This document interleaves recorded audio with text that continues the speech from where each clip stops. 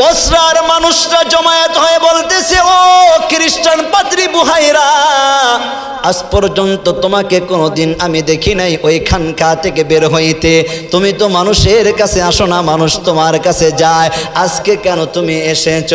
Bahira ডাক দিয়া কয়, বসরার মানুষরা শোনে নে, হে বসরার মানুষরা শোনে নে, আজকে যে লোকটা এই শামের দিকে আগমন করেছে, সিরিয়ায় আগমন করেছে, এখানে এই মানুষগুলো হলো আরবের মানুষ, কুরাইশ গোত্রের মানুষ। আমি তো খ্রিস্টান পাদ্রী কিতাবের মধ্যেও পড়েছি, আর সচক্ষেও আমি কিছু দেখেছি। আমি যখন আমার খানকার মধ্যে বসা ছিলাম, এমন সময় আমি দেখতে পেলাম এই কাফেলা যখন আমাদের এলাকায় আসতেছে, ওই কাফেলার মধ্যে একজন যুবক ছিল অল্প বয়স্ক। ওই যুবকটার সম্মানের জন্য এলাকার যত গাছপালা রয়েছে, রাস্তার মধ্যে যত গাছপালাগুলো রয়েছে, ওই মোহাম্মদ যখন আসতেছে কাফেলা নিয়ে, রাস্তার গাছগুলো, লতা পাতাগুলো মোহাম্মদের সম্মানার্থে সবগুলো নত হয়ে গিয়েছে। বলেন আল্লাহু আকবার। এ মুসলমান, শুধু আল্লাহ তাআলার পয়গম্বর দুনিয়ায় আগমনের পূর্বে রহমত নয়, মায়ার নবীজি যখন দুনিয়ায় আগমন করে নাই, মায়ের পেটের মধ্যে আমেনার গর্ভে যখন মায়ের নবীজি তখনও তিনি রহমত। আমেনার গর্ভে যখন মায়ের নবীজি দুনিয়ায় আগমন করার পূর্বে যখন মায়ের রেহেমের মধ্যে চলে আসে, আমেনা ডাক দিয়ে বলে, দুনিয়ার মানুষ শুনে নাও, সন্তান দুনিয়ায় আসার পূর্বে মায়ের অনেক কষ্ট হয়, ব্যথা হয়, প্রসাবের ব্যথা হয়, কিন্তু মোহাম্মদকে যেদিন থেকে আমি এই রেহেমের মধ্যে ধারণ করেছি, পেটের মধ্যে ধারণ করেছি, আমি আমেনার কোনোদিন পেটের মধ্যে ব্যথা হয় নাই। বলেন আল্লাহু আকবার। আমেনা ডাক দিয়া বলে, দুনিয়ার মানুষ, সন্তান দুনিয়ায় আসার পরে মায়ের কত কষ্ট হয়। আমি যখন আমার কলিজার টুকরা মোহাম্মদকে পেটের মধ্যে লালন করেছি, পেটের মধ্যে ধারণ করেছি, অনেক সময় আমি পুকুরের কাছে যাইতাম পানির জন্য, দেখতাম পানি অনেক নিচে, আমি যত সামনে আগাইতাম দেখতাম পানি তত আমার কাছে আসতেছে। বলেন আল্লাহু আকবার। রাস্তা দিয়ে যখন হেঁটে যাইতাম, ঘর থেকে দেখতাম সূর্যের তাপে রাস্তার মাটিগুলো চকচক করতেছে, পাথরগুলো চকচক করতেছে, এত পরিমাণ গরমের তাপ। কিন্তু আমি আমেনা যখন ঘর থেকে বের হইতাম, দেখতাম আমার মাথার উপর কে যেন ছায়া দান করতেছে। বলেন আল্লাহু আকবার।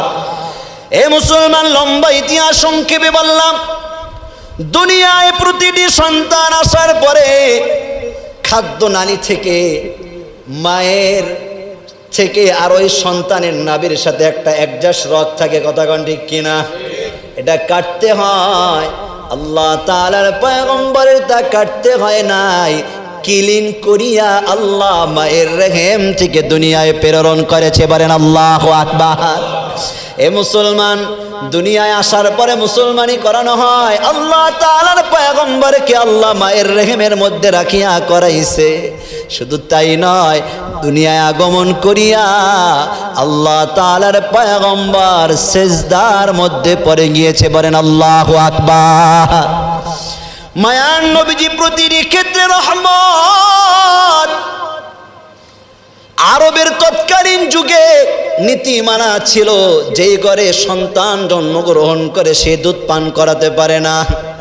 বিভিন্ন গোত্রীয় মহিলারা ওই সন্তানকে নিয়ে তারা দুধ পান করায়, বিনিময়ে কিছু টাকা পায়, সম্পদ পায়।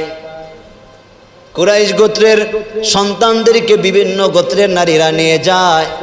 রাসূলুল্লাহর দুধমা হালিমাতুস সাদিয়া বনু সাদ গোত্র থেকে আসিয়া তিনিও কুরাইশদের মাঝে ঘুরতেছে, সন্তানের জন্য স্বামীকে নিয়ে এসেছে, সন্তান লালন করবে। সবাই কুরাইশদের নারীদের সন্তান নিয়ে যায়। আব্দুল্লাহর সন্তান মোহাম্মদকে কেহ নেয় না, কারণ মোহাম্মদের বাবা দুনিয়ায় নাই। মোহাম্মদকে নিলে কেউ তো কোনো অর্থ দিবে না, তারা দুধ পান করায় অর্থের বিনিময় কেহ নেয় না। এমন সময় আব্দুল মুত্তলিব বিভিন্ন গোত্রীয় নারীদেরকে ডেকে বললেন, তোমরা শুনে নাও, আমার নাতিটাকে নিয়ে যাও। কয় না, তোমার নাতির বাবা দুনিয়ায় নাই, আমাদেরকে সম্পদ দিবে না, তাকে নেওয়া যাবে না। এমন সময় হালিমাতুস সাদিয়া রাদিয়াল্লাহু আনহা স্বামীকে ডেকে বললেন, স্বামী আমার, এই ছোট্ট বাচ্চার চেহারার দিকে তাকাইলে মনে হয় চেহারার মধ্যে নূর চমকাইতেছে। বলেন আল্লাহু আকবার। ও স্বামী আমার, আপনি যদি অনুমতি দেন, এই মোহাম্মদকে আমি হালিমাতুস সাদিয়া দুধ পান করাবো। সুবহানাল্লাহ। গান আমার মনে হয় এই সন্তানটা বড় বরকতপূর্ণ সন্তান হবে, বড় দামি সম্পদ হবে, বরকতপূর্ণ সম্পদ হবে। হালিমাতুস সাদিয়ার হাতে দেওয়া হয়। হালিমাতুস সাদিয়া রাদিয়াল্লাহু আনহা তিনি বলেন, বনু সাদ গোত্র থেকে কুরাইশ গোত্রে আমি যেই সওয়ারি, যে গাদার ওপর উঠিয়ে আমি আর আমার স্বামী এসেছিলাম, অনেক দুর্বল ছিল।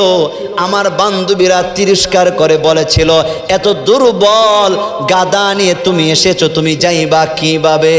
কিন্তু আমি হালিমাতুস সাদিয়া বলতেছি, মোহাম্মদকে কোলে নিয়ে যখন গাদার উপর আমরা উঠলাম, মোহাম্মদের উসিলায় আসমানের মালিক আল্লাহ রাব্বুল আলামিন গাদার দেহের মধ্যে আগের চাইতে 1000 গুণ শক্তি বৃদ্ধি করেছে। বলেন সুবহানাল্লাহ।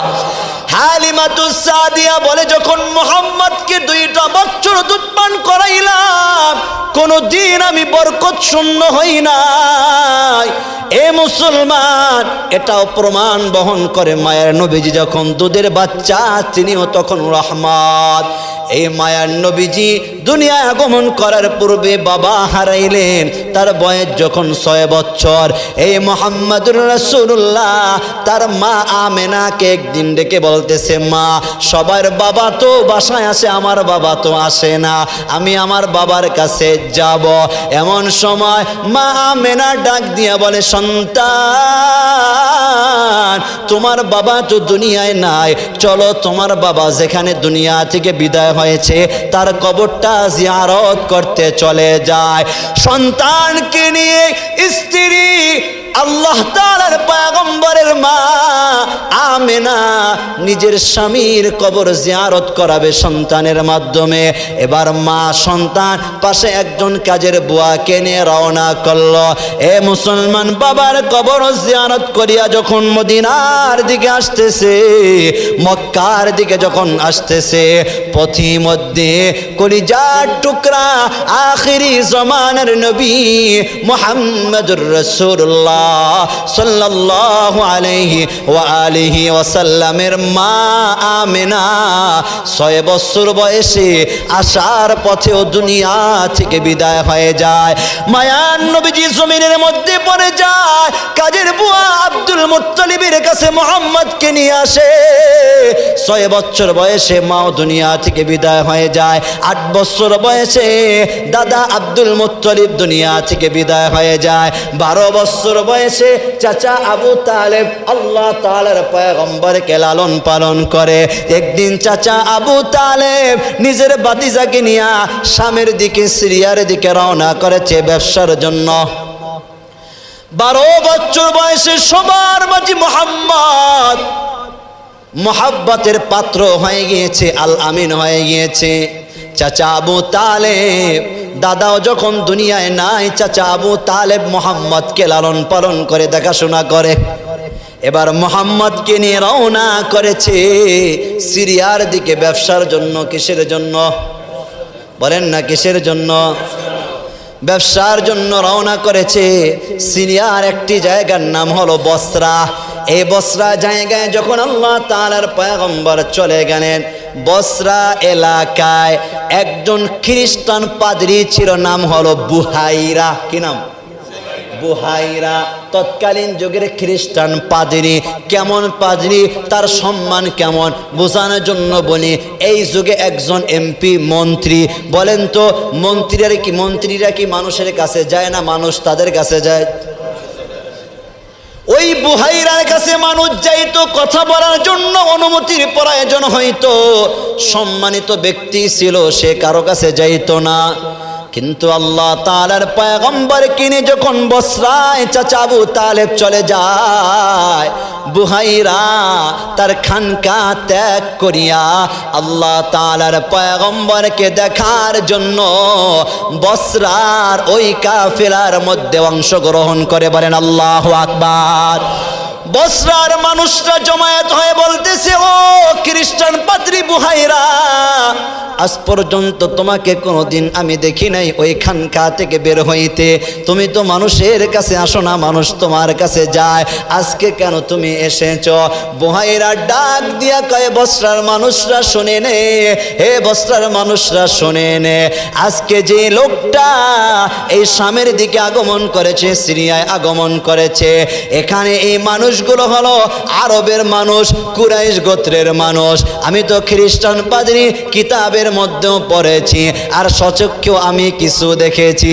আমি যখন আমার খানকার মধ্যে বসা ছিলাম, এমন সময় আমি দেখতে পেলাম এই কাফেলা যখন আমাদের এলাকায় আসতেছে, ওই কাফেলার মধ্যে একজন যুবক ছিল অল্প বয়স্ক।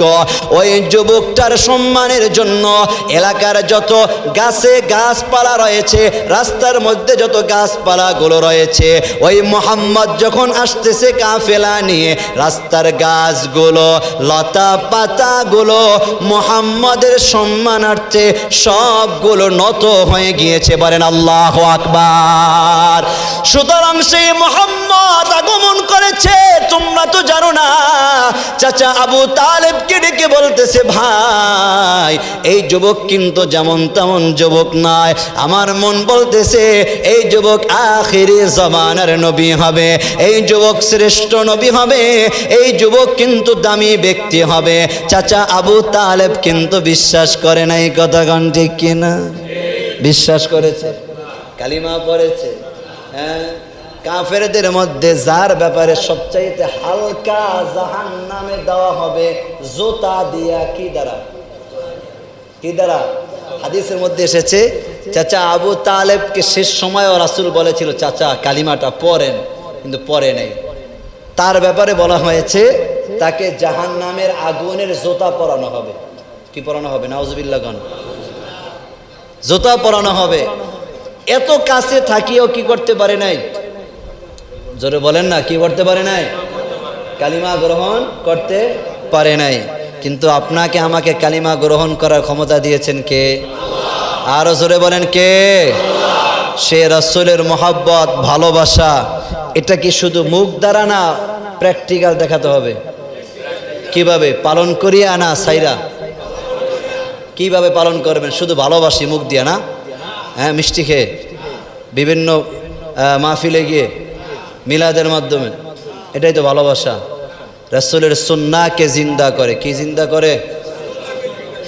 মান আহাব্বা সুন্নতি ফাকাদ আহাব্বানি ওয়া মান আহাব্বানি কানা মাই ফিল জান্নাহ। যে আমার সুন্নতকে মহব্বত করলো, সে আমাকে মহব্বত করলো, যে আমাকে মহব্বত করলো আমার সাথে জান্নাতে থাকবে। সুবহানাল্লাহ। যে রাসূলের সাথে জান্নাতে থাকতে হইলে কি রাসূলকে ভালোবাসবেন, কি সুন্নত মাইনা না সাইরা? সকলে বলেন। আল্লাহ তাআলা আমাদেরকে রাসূলের প্রকৃত মহব্বত অর্জন করার তৌফিক দান করুন। বলেন আমিন। মনে রাখেন কোন জায়গায় রাখছি, কয় বছর বয়সে? মনে রাখেন ইনশাআল্লাহ আগামী জুমা এখান থেকে আল্লাহ বলার তৌফিক।